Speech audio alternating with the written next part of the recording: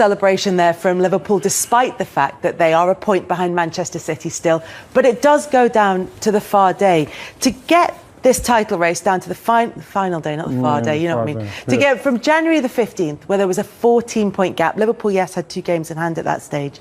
To get from there to now going down in the middle of May to the final day of the season, what a title run-in this has been already. And for a large portion of the season as well, towards the end here, that people are talking about the quadruple. That just adds pressure into your team, into your squad.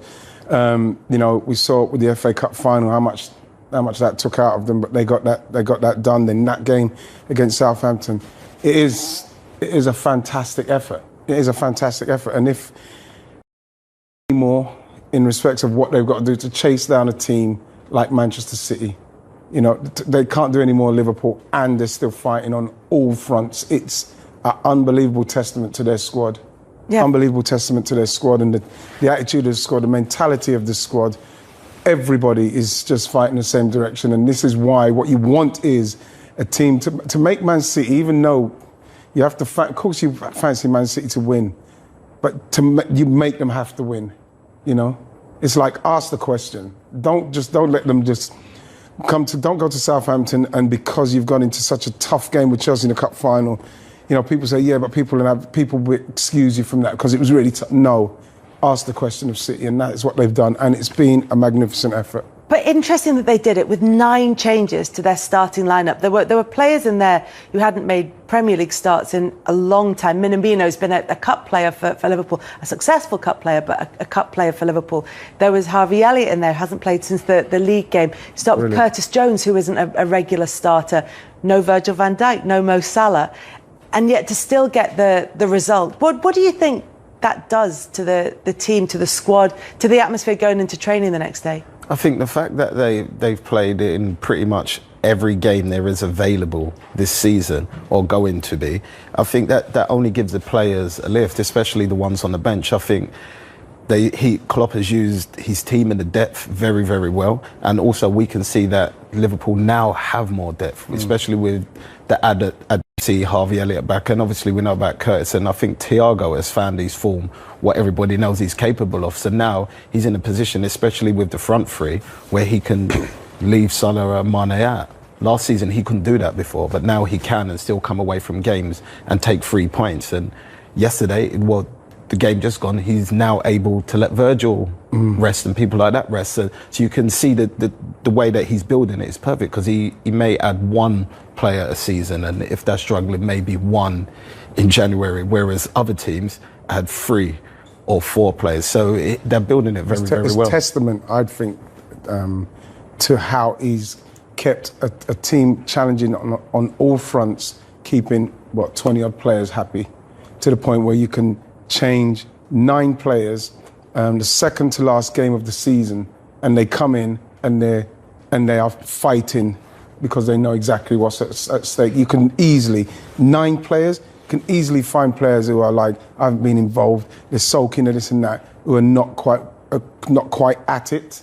But the way he's kept that whole squad like pulling in the same direction, honestly, it's testament to his managing skills, his man management skills have to be mentioned now. 3 defeats in 61 games this season. One of them was in a Champions League tie that was already sorted from the first leg, and 2 of them have been in the league as we get into this stage. And for the first time ever, Darren, the title race, the final Champions League position, and the relegation battle are all going to be finalised on the final day. Where'd you send your reporters?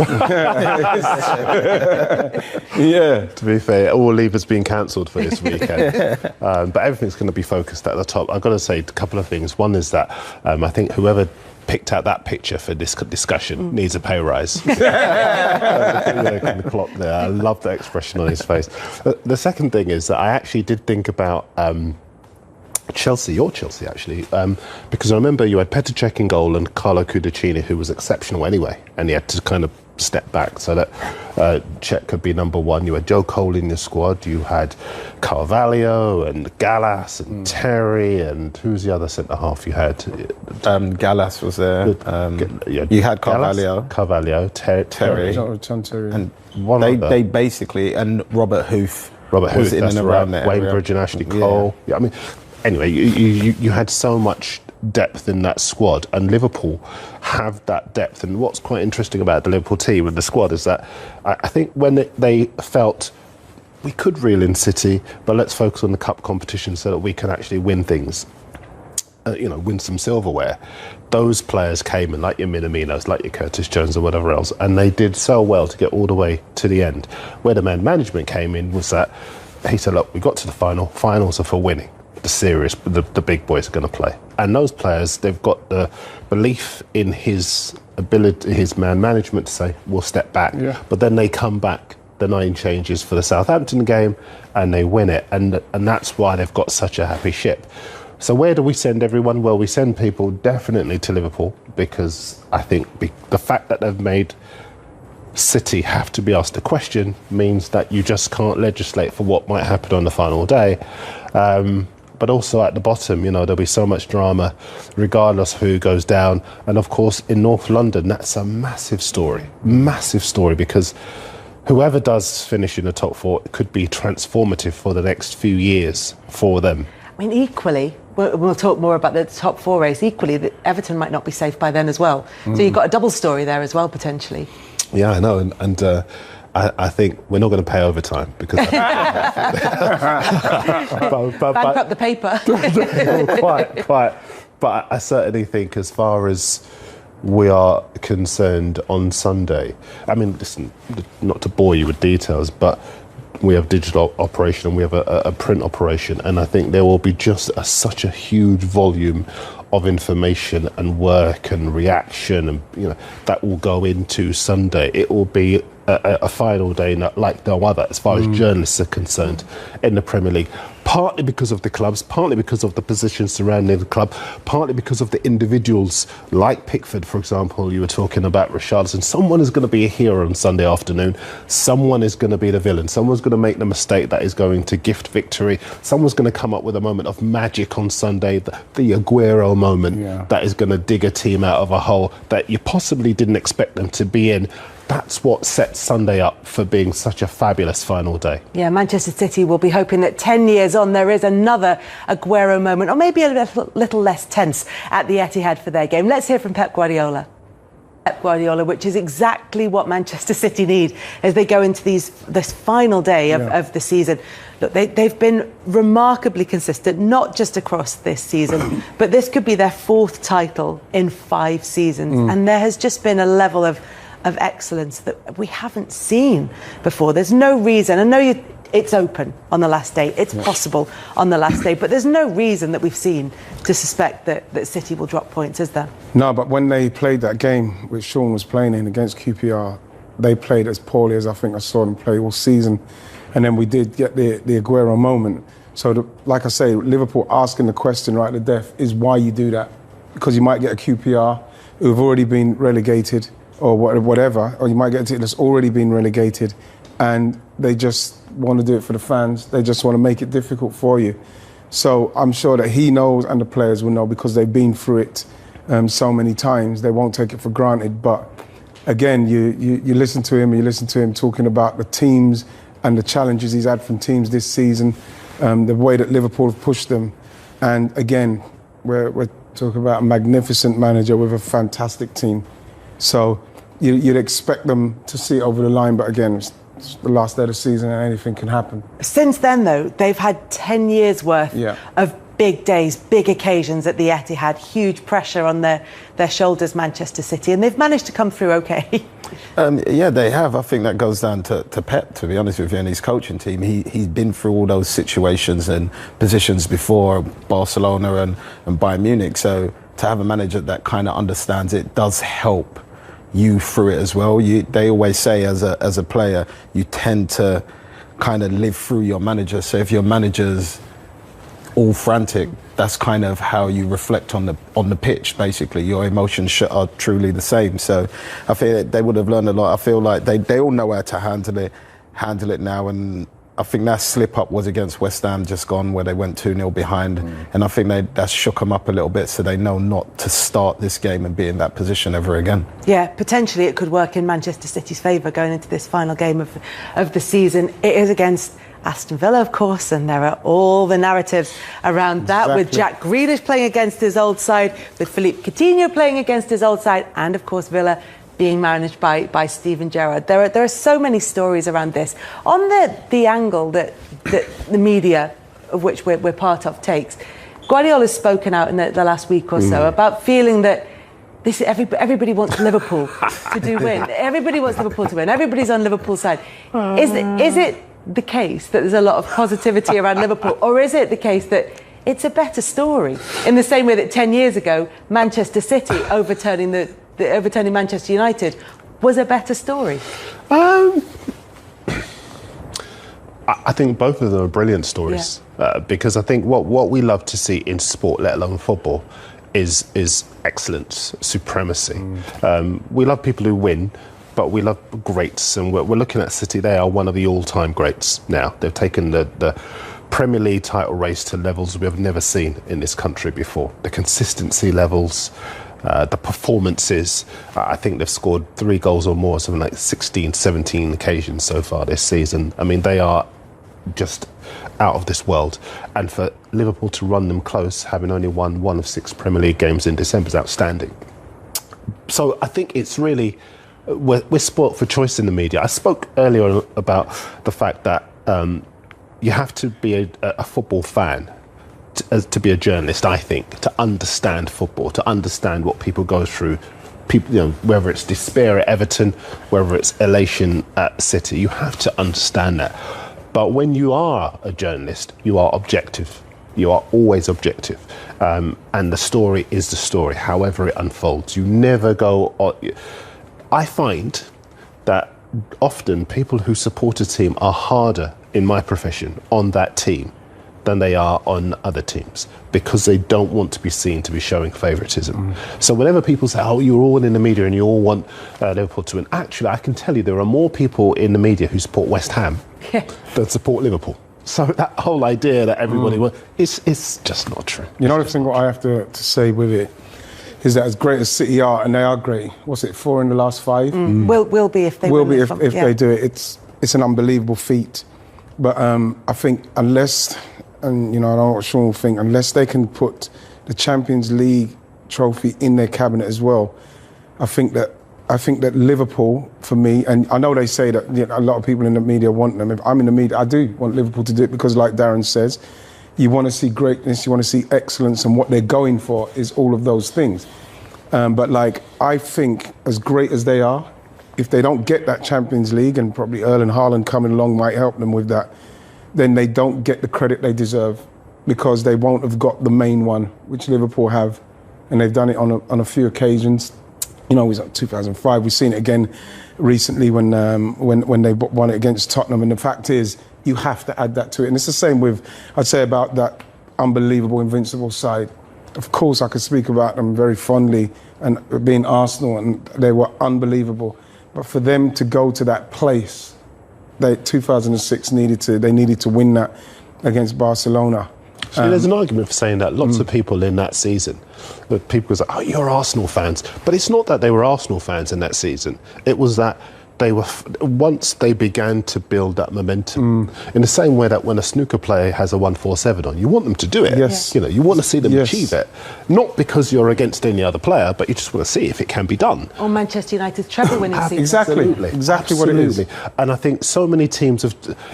It became possible to do the quadruple in 1960. I think 17 teams have tried to do it. They've all failed. Some of them have got 3, some of them have got 2. Nobody's done all 4. So there's that fascination with whether Liverpool can actually do it. It doesn't turn people into fans. It just turns them into people who are fascinated by the potential. And no team's got this deep, as you were saying, into the season. And the same thing with what you say with the treble, the 99 side. You look at the way that went. The FA Cup, Peter Schmeichel saves the penalty. Ryan Giggs comes on, scores an unbelievable goal. Yes, they win the FA Cup, but there's no way on earth they should have beat Bayern Munich that night. And they've done it, and people are talking about them as one. They didn't play amazingly. City have played amazingly. And what Man United have that City won't is that they've got that trophy to put in there to kind of like rubber stamp that era. City need to do that with this team. Hopefully Erling Haaland will come in and maybe help them do that. But the fact is, at the moment, whatever happens with Liverpool this season, the Klopp era will go down as one of the greatest we've ever seen. You know what I mean? Pep's will go down as one of the greatest Premier League we've ever seen, but Klopp with the Champions League, it's one of the greatest we've ever seen. He rubber stamps his team and his era. I mean, having said all of that about the games that Liverpool have been involved in, they've got 2 trophies, potentially with the Champions League final to come, that they are still technically on course, although it's in City's hands in terms of the Premier League. But Manchester City have played in all but maybe 3 of the games that Liverpool could have done this season. They got to the semi-final of the Champions League. Yeah. They got to the semi-final of the FA Cup, semi-final of the League Cup as well, wasn't it? So it's only 3 games that they will have played fewer than Liverpool. Yeah, but I could bet your dollar on it. He would rather have played those 3 games than be out of them. But just sometimes that's the way it goes. And when they did happen, I kind of, in my head, I kind of thought he didn't mind too much about being knocked out of those, because it felt like all his focus was on the Premier League and the Champions League. And obviously the run and where it's going, they're in great positions to both until what happens at the Bernabeu happens, which nobody saw coming. But then the thing that he does great is gets everybody refocused after a devastating defeat that they took, which should never have happened, to get them back into the groove of coming away from the season, possibly winning something. Because if they don't win nothing this season, considering like you said, how many games they've been involved in, which means they've done fantastically well this season, turns out to be a bad season, which nobody really wants to see, especially me. How do you think it's going to feel at the Etihad on Sunday? It's going to be electrifying. I'm actually going to be there as a fan, even though I'm working, but I'll be there. Working and as a fan, yeah. Will there be tension? Yeah, definitely. I think a lot of people's asked me about this rivalry between Liverpool and Man City. And I said that I don't know how to explain it, but it's not like a rivalry of Man United versus Liverpool or Chelsea versus Liverpool. It's not historic, is it? It's not historic yet, but I think what I love about the rivalry so much is it's just a battle of brains and football talent and excellence, and to see who can out-football the other team. And I think it's great that you don't see malicious tackles, although they do go in hard. All they want to do is just be the better footballing team and come away from it saying, yeah, we outclassed them today, and we've done it throughout the season. Whereas when I've seen rivalries before, someone gets sent off, there's always a fight in a tunnel, or there's a red card, a yellow card. No, I mean, not that we're against that. Yeah, I know. Obviously, you need that. If Man City win the Champions League, like let's say they do it next season, which of these two are the best in this era then? I see. For me, I think it's going to be very objective. I think it's going to be a preference to people in general. So I love the way Liverpool play, but if I'm a neutral, I would go and watch Man City all the time, because I just like that style of football. I like the way they play, I like the chances they create, and I like the way they get them. Whereas I feel like Liverpool play that controlling football sometimes, but they're more, let's get the ball, and every time we get it, because we know we got that defence, we're going for the jugular every time. Their wingers don't really hold back. Whereas you'll see City wingers, you'll see every time Jack gets on the ball, everyone's like, go on, Jack, and then he'll come back, go out the other side. Whereas Liverpool, if they get you one-on-one, they're going for you. And then if they can't get past you, then they come back out. It's the Messi-Ronaldo argument, isn't it? It's just... Yeah, but the thing is that, you know, because City are so good, teams are so afraid. I watch City sometimes, and it's very difficult to watch sometimes. And it's not because, it's turgid or it's boring, but they're doing something. Do you think that's because Sean's more patient than you are? maybe. But like, I will go. No, but you watch that, and it's not being disrespectful to City. I'm just saying teams are so afraid. They have to make those blocks, and they have to do the deep block to stop them, because we've seen Kevin De Bruyne, the game's over.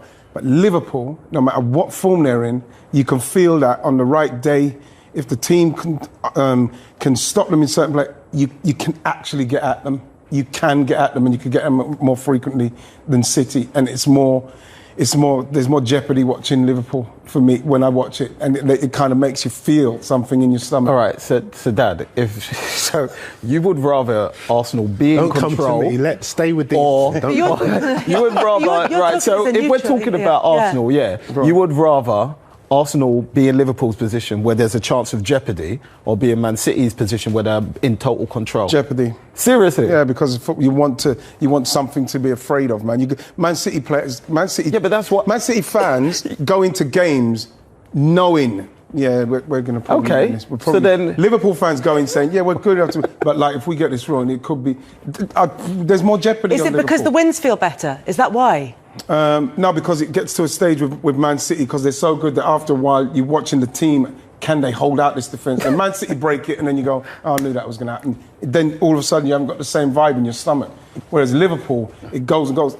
It make 9 changes when they're going to maybe do the quadruple at Southampton, make 9 changes. I want to see that game. Dad, but then if Arsenal control the ball, control the game at St James's Park, they're most probably in the Champions League next season. Yeah, but this is what's great about Arsenal. You can't go into a game with Arsenal any time this season and say, yeah, no problem, we're gonna win this game. Supporting Arsenal is why, if I had here, it'd be great. It would be, because you can't go into a game with Arsenal like City can, to a certain extent Liverpool fans can, and say, no, we're going to be okay in this game. So that's why, with Arsenal, Sean, you asked me that question, and no, I'd rather the jeopardy and them continue to grow how they're growing at the moment. But I honestly, I said it earlier. Don't come to me. I'm going to wrap up because we're going to get But it does. It's almost like the Ronaldo-Messi argument. It effectively comes down to how do you want the team. Once you're talking about that level of brilliance, it comes down to what do I want an individual footballer, or what do I want a team to make me feel. And at that stage, you can't argue the point because it's entirely personal. Because in terms of the levels of excellence, there's nothing really to split between it. But you two are, because you're related. So that's and we'd be fools, as you say, to get involved in a family dispute, which we won't do. So coming up next, we're going to focus.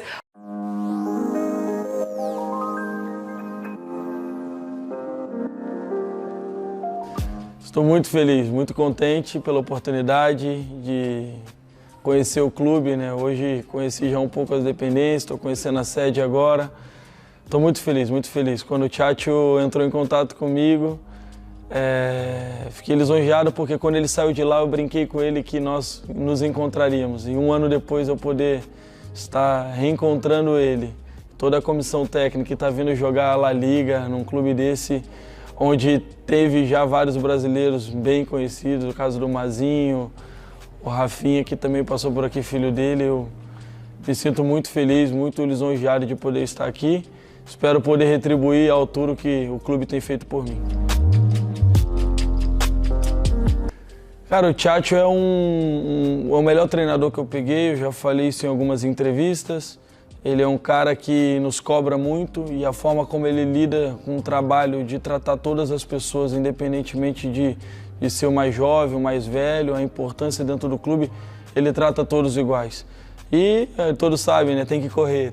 Com o Tchatcho, se não correr, se não disputar, você acaba ficando de fora. A parte técnica é uma coisa secundária com ele. Então toda a comissão tem certeza que está pronto para me encontrar, para que eu comece a correr e vão querer me matar aqui. Olha, Iago Aspas é um cara, e o Nolito são os caras que eu já acompanhei assim no passado. Acho o Iago Aspas um craque. Já procurei saber, já dentro do clube todos condiz com a mesma coisa.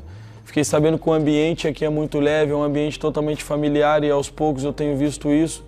Ainda não tive contato com os jogadores, mas toda a diretoria, toda a parte administrativa me tratando muito bem e todos falando a mesma coisa.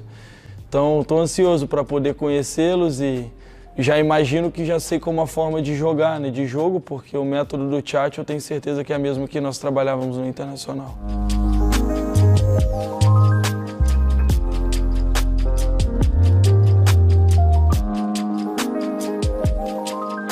Cara, eu tô muito feliz. Eu invadiram um pouco a minha rede social, todo mundo comentando, brincando. E eu fico muito feliz de poder estar aqui. Acho no Brasil ainda não estava tendo o público, né? Aqui já está com 30%, 40%. Então não vejo a hora de poder encontrá-los no estádio e fazer o que eu mais gosto, que é jogar futebol e quem sabe dar alegria para ele com os gols, que é o momento mágico, é o ápice do futebol.